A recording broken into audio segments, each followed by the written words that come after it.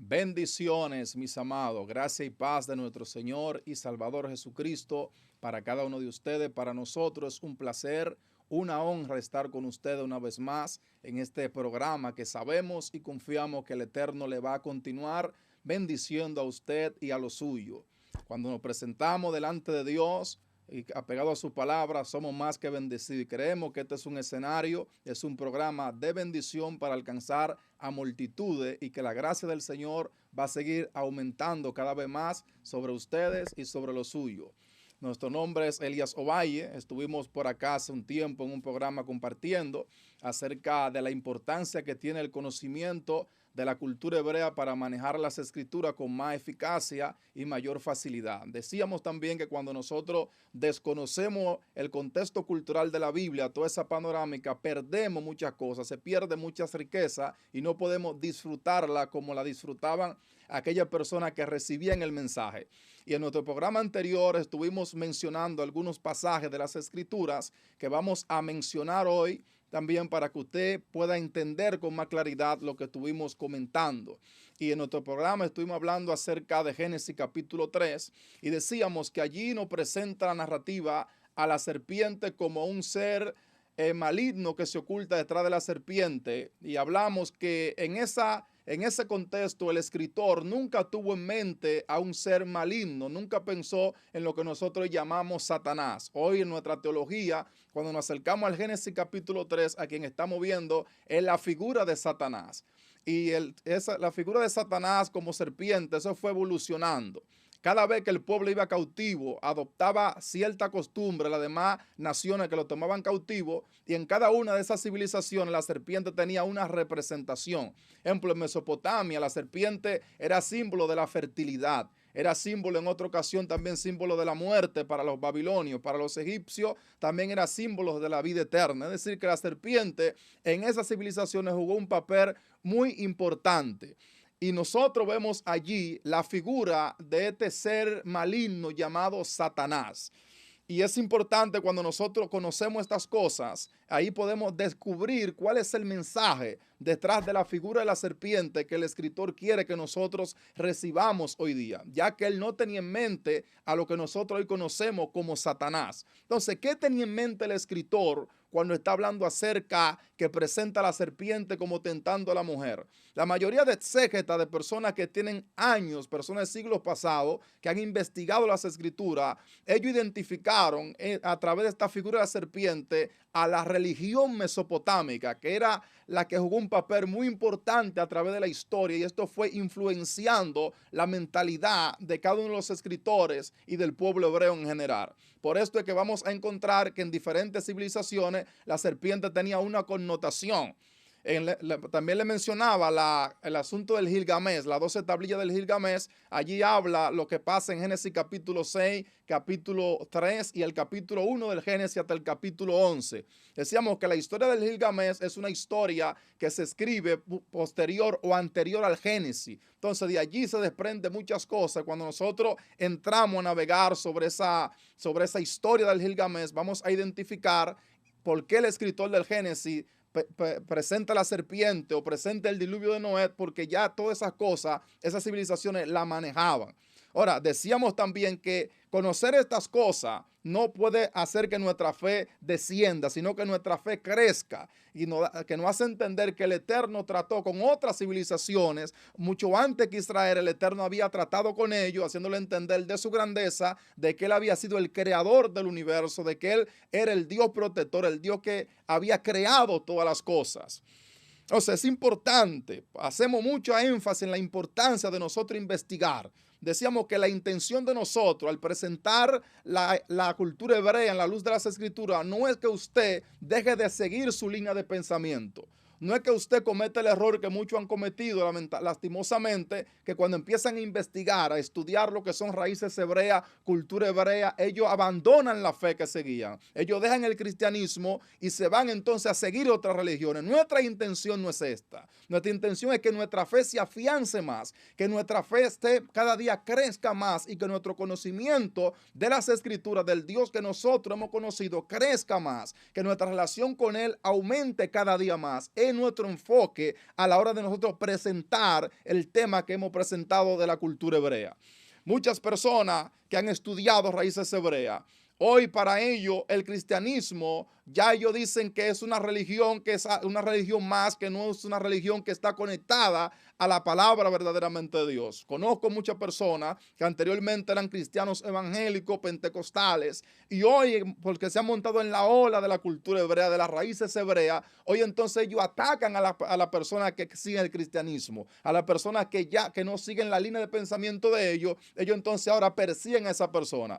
Pero antes de ellos conocer lo que son las raíces hebreas, como se le llama, o la cultura, ellos eran cristianos evangélicos. Entonces hoy ellos atacan a esa persona. Entonces debe de haber un balance, un equilibrio. Si usted quiere seguir las raíces hebreas, la cultura hebrea, está bien, usted no está mal, pero entonces usted no puede condenar a aquellos que no piensan de la misma forma que usted piensa, como nosotros reiteramos en aquella ocasión. Porque muchas veces corremos a lo que es el fanatismo de ambos bandos. Las personas que siguen la corriente, la cultura hebrea, entran a un fanatismo religioso tal que para ellos las personas que no piensan de la forma de ellos están mal delante de Dios. Para ellos las personas que no usan los términos hebreos de la Biblia están en pecado delante de Dios. Muchas personas presentan esto, pero no es nuestro enfoque a la hora de nosotros en este programa presentar la cultura hebrea.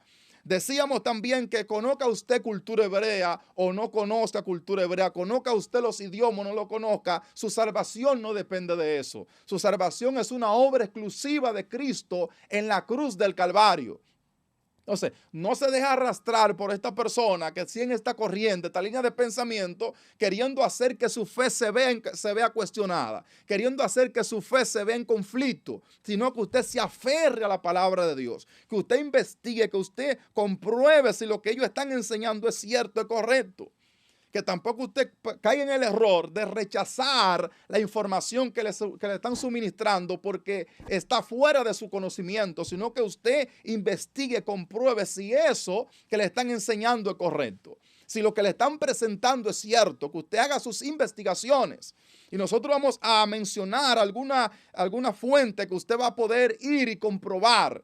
Tantas cosas que hay dentro de las escrituras, usted va a poder comprobar esa tradición, el por qué la hacían. Vamos a mencionar esos libros que usted pueda indagar y comprobar con sus propios ojos lo que a usted se le está impartiendo. La fuente de cada cosa de la que nosotros hablamos. Por ejemplo, hay un escrito llamado el Talmud de Jerusalén y está también el Talmud de Babilonia, que contienen una serie de tradiciones que rodean toda la panorámica, mayormente en los tiempos de Jesús. Rodea toda esa costumbre, toda esa práctica, todas esas tradiciones que están allí codificadas en la Biblia, lo que es el libro del Talmud, que son comentarios de los rabinos, están contenidas todas esas tradiciones. Ahí usted puede entender entonces el pensamiento de Pablo y el pensamiento de Jesús y de los apóstoles. Ahí usted puede entender el conflicto que había entre los escribas, los fariseos, los saduceos, el por qué ellos se comportaban, cómo se comportaban, por qué no había un acuerdo entre los saduceos y los fariseos. Pero cuando usted estudia esta literatura, también están lo que se conocen como los midrash. Es importante mencionar esta fuente porque usted va a comprobar por usted mismo todas esas cosas que están dentro de la Biblia, que están registradas en estos escritos, pero que no están en la Biblia, pero sí forman parte de esa cultura, forman parte de ese pensamiento. Entonces, si usted no entiende el pensamiento del escritor que usted está leyendo, se le va a hacer difícil a usted interpretar correctamente el texto, porque usted va a interpretar según lo que usted entienda. Si usted es dominicano, lo que usted entienda dominicanamente. Si es español, lo que usted entiende en español. Si usted es americano, usted va a interpretar según su cosmovisión. Pero hay una cosmovisión muy diferente a la que usted tiene detrás del texto. Entonces, esas literaturas están allí. Están lo que son los midrash, el midrash de Génesis, está el midrash de Éxodo, está también el midrash de Levítico, de Número, de Deuteronomio. Todos esos libros de la Biblia tienen un midrash. ¿Qué son los midrash? Los midrash son comentarios de los rabinos de Israel que escribieron acerca de cada uno de esos libros e introdujeron allí el pensamiento que se tenía, introdujeron allí la costumbre de cada una de las cosas que se hacían. Entonces, cuando usted toma esta literatura y usted estudia esta literatura, usted puede entender la Biblia con mayor eficacia. Ahora, queremos aclarar lo siguiente: si usted no tiene un fundamento bíblico, un fundamento bien estructurado, una plataforma bien arraigada, bien cimentada, no le aconsejamos que usted se introduzca en esas literaturas. ¿Por qué? Porque ahí usted se va a encontrar con cosas que probablemente, si usted no está bien sustentado en la Biblia, bien fundamentado en su fe, usted puede hasta renegar del Cristo que hoy usted predica. Usted puede hasta abandonar la fe que usted sigue. Entonces, si usted ya es una persona que ha madurado, que se siente capaz, madura, que puede manejar cualquier tema, cualquier información, usted puede indagar en estas herramientas, en estas literaturas, porque le van a ayudar. Créame que le van a ayudar, le van a abrir su mente al océano que está dentro de las Escrituras. También está en el mundo hebreo lo que es la Misná. Son también comentarios con todas las tradiciones que puedan haber dentro de la Biblia, están recogidas en el Midrash. Todo lo que pasó en el año 70, en la destrucción del templo de Jerusalén, todo eso está contenido en lo que es la Misná. Allí usted va a encontrar todas estas cosas. Están también los comentarios de un judío del siglo pasado llamado Rashi. Todas estas cosas le van a ayudar a usted ver si lo que le están presentando como cultura hebrea, como raíces hebreas, verdaderamente está conectada a la fuente que transmitieron los rabinos.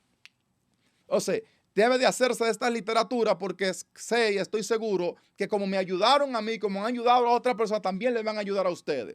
Y nada de estas cosas que yo he investigado, que yo he estudiado, que yo he conocido, me han hecho retroceder en mi fe. No me han hecho negar el sacrificio de Cristo en la cruz. No me han hecho dudar de que Cristo es el Mesías. No me han hecho dudar nada de estas cosas. No me han hecho dudar de los dones del Espíritu, de las manifestaciones del Espíritu, los milagros que Dios puede hacer, porque nuestra fe está sustentada en el sacrificio de Cristo en la cruz del Calvario. Nuestra fe está sustentada en el amor de Dios derramado a través de Cristo para salvación de la humanidad. Ahí está nuestra fe. Y por eso nosotros seguimos predicando acerca de Cristo, seguimos predicando acerca de la liberación. No tenemos problema con mencionar el nombre de Jesús, como hay muchas personas que se han ido tan profundo en el conocimiento de las raíces hebreas, que ya para ellos pronunciar el nombre de Jesús es como algo blasfémico para ellos. De hecho, algunos dicen que el nombre de Jesús lo que significa es este caballo, pero eso no es así. Nadie que estudie un chin de griego, de hebreo, de arameo puede decir que el nombre de Jesús significa este caballo. Entonces hay personas, lamentablemente, como han conocido o se dejaron arrastrar por este sistema, oye, que ellos quieren imponer esas cosas en la vida de muchos creyentes. Y muchos creyentes, lamentablemente, se han dejado arrastrar. ¿Por qué? Porque no están bien estructurados, bien cimentados en las Escrituras, no están bien fundamentados. Por eso es que nosotros instamos, motivamos a que usted despierte, a que usted ese amor por las Escrituras despierte en usted, de que usted no es una persona que simplemente quiere esperar escuchar un mensaje para usted conocer un versículo en la Biblia, para usted conocer las Escrituras, sino de que usted es una persona, un creyente crítico, un creyente analítico, un creyente investigativo, un creyente que pueda cuestionar, que pueda preguntar, que pueda indagar por su propia cuenta, que no se limite, que no se encierre a las Escrituras, que usted se mantenga abierto en ese campo de las Escrituras, porque es que usted va a ser bendecido a través de las Escrituras, pero es cuando usted la entiende correctamente. También nosotros hablamos acerca del caso de Ezequiel capítulo 28, que decíamos que allí este personaje que aparece aquí en este libro de Ezequiel, aparentemente nos presenta un ser como espiritual, a un ser celestial. Es lo que se puede apreciar a simple vista del texto por las descripciones que da, que habla acerca que tú eres un querubín protector, que estuviste en Edén, en el huerto, que todas piedras preciosas fue creada tu vestidura de cornalina, topacio, jaspe. Y decíamos que muchas personas parten de allí a poner una postura teológica y a decir que Satanás era un adorador en el cielo, que él conoce la adoración, que él era el encargado de la adoración, que él era el músico principal de la adoración celestial, partiendo de Ezequiel 28. Pero si nosotros leemos el capítulo 27 de Ezequiel, vamos a ver que es un mensaje en el capítulo 27 dirigido a la nación de Tiro, donde el Señor va a enviar diferentes tipos de juicio que va a destruir, que va a devastar por medio de los caldeos, y a la cabeza el rey Nabucodonosor, que va a destruir a Siria, la va a destruir. Entonces, cuando llegamos al capítulo 28, ahora el mensaje no va dirigido a la nación, sino que va dirigida al rey de Tiro. Ahora el mensaje cambia, ya el mensaje al pueblo, a la comunidad fue dado, los juicios fueron desatados, pero ahora es al monarca que Dios va a enjuiciar, va a enviar su juicio. Y entonces allí él empieza a describir a este rey. Dice, oye, tú te crees aún más sabios que Daniel. Es un término irónico que el profeta está utilizando contra el rey. Entonces allí describe esta vestimenta que el rey tenía. ¿Por qué? Porque los reyes antiguos, ellos se creían dioses. Muchos de esos reyes paganos se proclamaban dioses. Ellos demandaban pleitesía, demandaban adoración de las personas, de sus súbditos. Ellos demandaban que le ejercieran pleitesía y adoraciones. Entonces, el rey de Tiro se sentía tan seguro, sentía que él tenía su ciudad tan protegida, que se comparaba a un querubín protector, haciendo alusión a Génesis, cuando el Señor puso los querubines para proteger y guardar el huerto. El profeta lo que está haciendo una analogía, una comparación, que así como los querubín protegían el jardín, el huerto, así el rey de Tiro se creía que él tenía su ciudad protegida, que nadie podía penetrar su ciudad. Entonces Dios le está enviando un mensaje a través del profeta que lo va a destruir por medio del rey Nabucodonosor. Entonces, allí el rey de Tiro es visto, presentado con todas estas vestimentas y todas estas glorias que él tenía. Pero no es que está diciendo el profeta que el rey de Tiro era Satanás. En la mente de Ezequiel no estaba la figura de Satanás cuando él escribe. Para él no estaba nada que ver Satanás en ese episodio, en ese escenario. De hecho, la única vez que en la Biblia hebrea se menciona el nombre de Satanás es en Job capítulo 1, verso 6, en Job capítulo 2 y luego en el libro de Zacarías capítulo 3. Es la única vez que la Biblia hebrea hace mención acerca de Satanás y de hecho no lo presenta como nosotros lo vemos hoy, como un ser maligno, como el encargado de llevar a cabo todas las atrocidades que se puedan llevar en las sociedades. No era visto de esta forma. En Job capítulo 1, verso 6, dice que un día vinieron a presentarse delante del Señor los miembros de la corte celestial. Dice la Biblia, Nueva Traducción Viviente, que los miembros de la corte celestial vinieron a presentarse delante del Señor, entre los cuales vino también el Satán. El texto hebreo dice allí, ha Satan. Cuando dice ha, es un artículo, está diciendo él. El Satán. Pero ¿cómo es presentado en el libro de Job el Satán? Es presentado como un miembro de la corte celestial. Él está jugando un papel allí de fiscal. Él va a presentar una acusación. Es como el ministerio público, cuando va a presentar sus expedientes, sus acusaciones contra el imputado. Es la representación, es el papel que está jugando en Job el Satán. Es la figura de él allí, es su rol allí, llevar a cabo su función, pero no está visto como un ser maligno.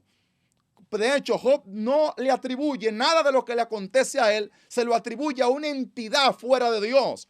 Job, cuando le pasa todo lo que le pasa, no dice, esto me vino por causa de Satanás, me vino por el odio que el diablo me tiene. No, dice Job, Jehová dio y Jehová quitó. Es el nombre de Jehová bendito, porque en su cosmovisión, en su mente, no había un ser por encima o que le hiciera, fuera un contrincante para el Eterno. El Eterno para ellos, los antiguos, no tenía un rival, un contrincante. Ellos entendían que todo, tanto el bien como el mal, venía de parte del Señor. De hecho, Isaías capítulo 45, verso 7, al Señor hablando dice, yo soy el que crea la tiniebla y crea la luz, que creo el bienestar y creo el malestar. Está diciendo que Él hace todas las cosas.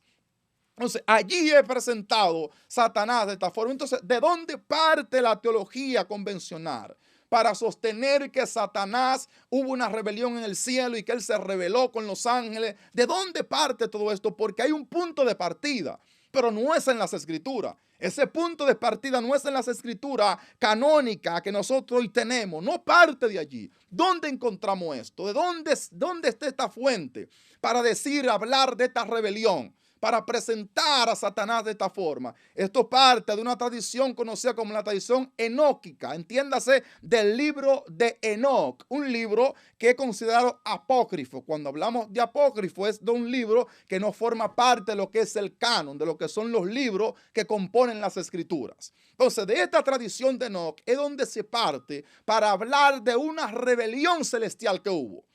El libro de Enoc habla de los mensajeros celestiales, habla de esos seres angelicales, habla allí del principal de ellos llamado Samael, que era el encargado de esos ángeles, y que Samael hizo una revolución, se reunió con sus ángeles para prácticamente darle un golpe de estado al Eterno. Y producto a esta rebelión, los demás ángeles, los ángeles que menciona el libro de Enoc, que son los buenos, son el arcángel Miguel, el arcángel Gabriel y otro llamado Rafael. Es lo que presenta el libro de Enoc. Entonces, cuando ellos se rebelan contra el Eterno le da orden a sus ángeles para destronar del cielo a Satanás y a sus ángeles. Entiéndase, a Samael, que luego pasa a ser la figura de Satanás según las tradiciones. Entonces, de allí es que se sostiene que entonces, después que hubo este destronamiento de esta rebelión causada por Samael y sus ángeles en el cielo, la tradición enóquica dice que ellos luego bajaron a la tierra. Y allí cuando usted ve entonces a Génesis capítulo 6, que usted ve que presenta que los hijos de Dios se llegaron a las hijas de los hombres y nacieron de allí gigantes. Entonces el texto hebreo dice Lo Benei Elohim, que da a entender que eran ángeles. Es lo que presenta la tradición del libro de Enoc. Entonces allí se dice, el libro de Enoc sostiene que todos estos ángeles malignos, encabezados por Samael, se encargaron de enseñarle a la humanidad de aquel entonces todas las magias negras, la brujería, la hechicería, la idolatría, la fornicación, el adulterio, la mentira y demás cosas y atrocidades que hoy conocemos en el mundo, que son ofensa delante del Creador. Entonces, allí en esta tradición es que usted puede encontrar esta famosa rebelión celestial que hubo allí. Entonces, toda esta tradición estuvo dentro del pueblo hebreo.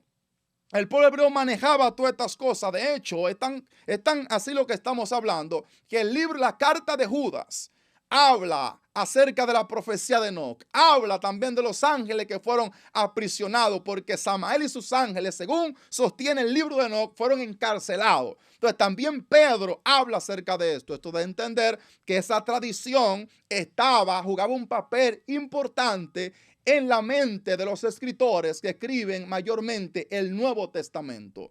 Pero Ezequiel en el capítulo 28 no está viendo la figura de Satanás, no está viendo un diablo que le hace la guerra a la persona. Entonces Job allí presenta que Hasatán se presenta como un miembro de la corte celestial a jugar el papel como un fiscal. Entonces en Zacarías también es presentado de esta forma con el artículo el Satán. Entonces, cuando aparece con el artículo, está hablando de él, está hablando de alguien. Entonces, pero todo el Nuevo Testamento, cuando se refiere a Satanás, a la figura de Satanás, no lo presenta con el artículo, sino simplemente Satán. Cuando Satán aparece sin el artículo ja en las escrituras, no aparece como un ser, sino que aparece como alguien que está ejerciendo una función. Viene siendo un adjetivo, es decir, viene convirtiéndose en un enemigo. Es tan cierto esto que cuando Pedro se presenta ante Jesús para decirle, Señor, por lo que más quiera, no subas a Jerusalén, ten compasión de ti. ¿Qué es lo que hace Jesús? Jesús le dice, apártate de mí, Satanás. ¿Por qué pones tu vista en las cosas de los hombres y no en las cosas de Dios? Entonces preguntamos, ¿era Pedro Satanás? No, Pedro está haciendo una función, porque Satán significa el adversario, el opositor, es aquel que se interpone, es un enemigo que se interpone cuando no tiene el artículo. Entonces en el Nuevo Testamento no aparece Satanás con el artículo de el Satán, sino simplemente como un adjetivo. Cualquiera puede hacer el papel de un Satanás. Judas hizo el papel de Satanás. Cuando alguien se opone a algo, está haciendo la figura de un Satán en su vida, se está oponiendo, está siendo un opositor, está haciendo una función de un Satanás, de un adversario. De hecho, cuando, ejemplo, podemos citar también en Números capítulo 23, cuando Balaam va de camino a ejercer su función, dice que el ángel se presenta delante de él con una espada desenvainada. La Biblia normal en español no traduce lo que traduce el hebreo. Allí aparece la palabra Satán. El ángel dice, yo he venido como un Satán, no como un Satán, sino como un Satán. Con esa función, estoy haciendo la función de opositor, de obstruirte el paso, de impedirte que tú vayas a llevar a cabo lo que tú tienes pensado hacer, que es maldecir al pueblo. Yo he venido como un Satán para oponerme delante de tu camino. Y cuando usted estudia también los Salmos, ahí usted va a encontrar muchas veces que el Señor hace la figura de un Satán, el mismo Dios, de un opositor, cuando se le oponía a alguien para que no llevara a cabo una función en la cosmovisión hebrea, era la figura de un Satán. De manera, mis amados, amigos, hermanos y amigos, nuestra intención con esta información que le estamos brindando no es, reiteramos, que su fe se sienta amenazada.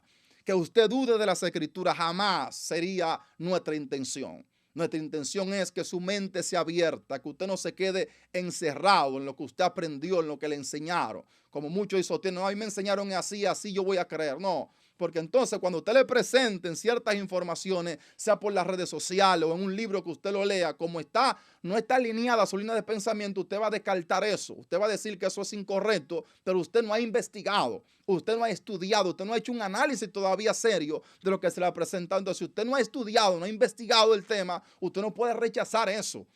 Lo correcto es usted hacer una investigación. Entonces, nuestra intención en presentar la importancia de la cultura hebrea para conocer mayormente cada una de las palabras que los profetas hablaron, cada una de las cosas que Jesús dijo, porque es muy importante conocer estas cosas. Y no hay forma de conocerlas simplemente acudiendo a lo que es la teología, acudiendo a lo que es la hermenéutica, no es suficiente.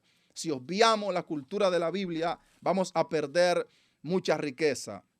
Así que, mis amados, en otro programa más adelante vamos a seguir abundando. Vamos a seguir presentando otros pasajes de la Biblia que nos van a ayudar con la cultura a interpretarlo correctamente. Así que queremos desearle una feliz Navidad y que el Eterno abra su entendimiento, que usted siga avanzando, que usted investigue la fuente, los libros que le hemos mencionado. Y podemos mencionarle en otro programa algunas editoriales que usted puede comprar, literatura de alto nivel, como llamamos, literatura buena, la literatura de escritores con peso, con gente respetada en el mundo académico, que usted pueda tener esas herramientas que le van a ayudar a su crecimiento y a su desarrollo espiritual. Así que deseamos que el Señor abunde en gracia sobre usted, sobre lo suyo, sobre cada cosa que usted emprenda, que usted sea bendecido, que usted no se convierta con lo que hemos transmitido en un fanático, que usted no entre en un fanatismo ahora religioso, sino que usted entre en una atmósfera de investigación y de estudio serio de las Escrituras. Así que gracia y paz de nuestro Señor Jesucristo, y ya en otro programa, reiteramos, estaremos abundando más sobre este tema que creemos que será útil y de bendición para usted y los suyos. Shalom, shalom, y gracia y paz para ustedes. Bendiciones.